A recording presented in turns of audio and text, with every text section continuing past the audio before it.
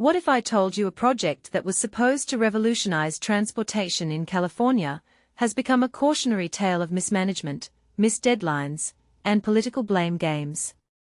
Let me break this down for you. California's high-speed rail dream, once hailed as the nation's first bullet train system, has been mired in chaos for over a decade. And here's the kicker: the state still hasn't even laid a single track. Yes, you heard that right. They've spent $15 billion over 16 years, and the only thing they've built is a logistics depot that's basically a fancy parking lot for future rails. What makes this so fascinating is how it highlights the gap between grand visions and bureaucratic reality. Politicians love selling ideas like this, but when it comes to execution, it's a different story. Let's talk about the train procurement mess. The federal government pulled $4 billion in funding because California couldn't even buy the trains it promised.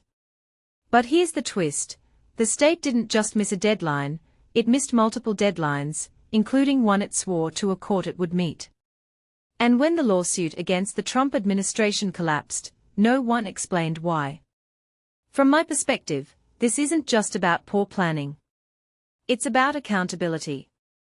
If you're going to take taxpayer money, you better deliver on your promises. Yet, the High-Speed Rail Authority kept pushing deadlines further out, and somehow, the public kept funding it. What many people don't realize is how tightly federal grants are tied to strict timelines. The original plan was to have trains by 2024, but now we are looking at 2030 at best. And even that timeline is shaky.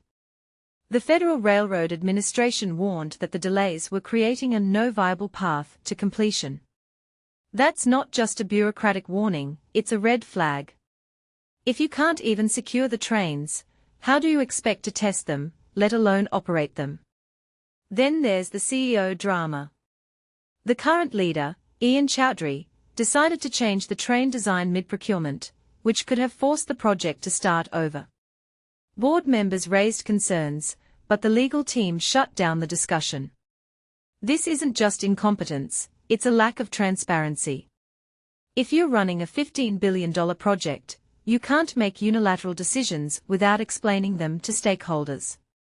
And yet, the authority provided no answers when pressed by investigators. What this really suggests is a systemic failure in project management. The state kept adjusting timelines, shifting blame between administrations, and avoiding hard questions. Even the Inspector General admitted that missing these milestones raises accountability concerns. But here's the deeper issue: how many other infrastructure projects are suffering from the same problems? This isn't just about California, it's a mirror held up to how we handle big, complex public works. And let's not forget the political theater. Governor Newsom called the funding cut a political stunt, but the lawsuit was quietly dropped without explanation. Meanwhile, the state is now claiming it's finally laying the tracks, but that's just a logistics depot. It's a PR move to keep the public hopeful while the project continues to stall. If you take a step back and think about it, this whole saga is a lesson in how easily ambition can be derailed by poor execution, political posturing, and a lack of oversight. So, what's next?